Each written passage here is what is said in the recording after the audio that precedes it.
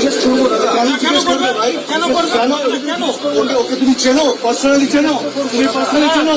ওরা 6 মাস 8 মাস ভোট খাই, তুমি জানো? বাজে কথা বলো না, বাজে কথা বলো না, এটা ভুল প্রশ্ন।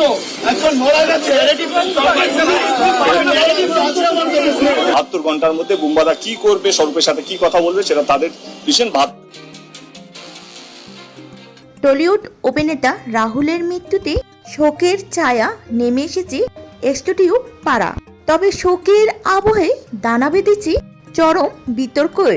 সম্প্রতি পশ্চিমবঙ্গে আর্টিস্ট ফোরামের একটি বিশেষ বৈঠকে রাহুলের ব্যক্তিগত জীবনের এবং নেশাগ্রস্ত হওয়ার প্রসঙ্গ ওঠায় পরিস্থিতি উত্তপ্ত হয়ে ওঠে। ঘটনাকে কেন্দ্র করে দুই সুপারস্টার যিশু ও দেবের মধ্যে তুমুল বাকবিতণ্ড সৃষ্টি হয়।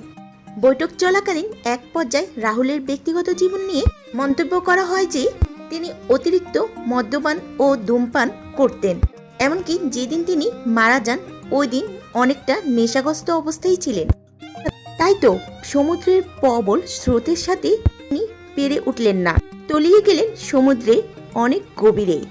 অন্যদিকে মৃত অভিনেতাকে নিয়ে এমন মন্তব্য করায় ফেটে পড়েন যিশু সেনগুপ্ত।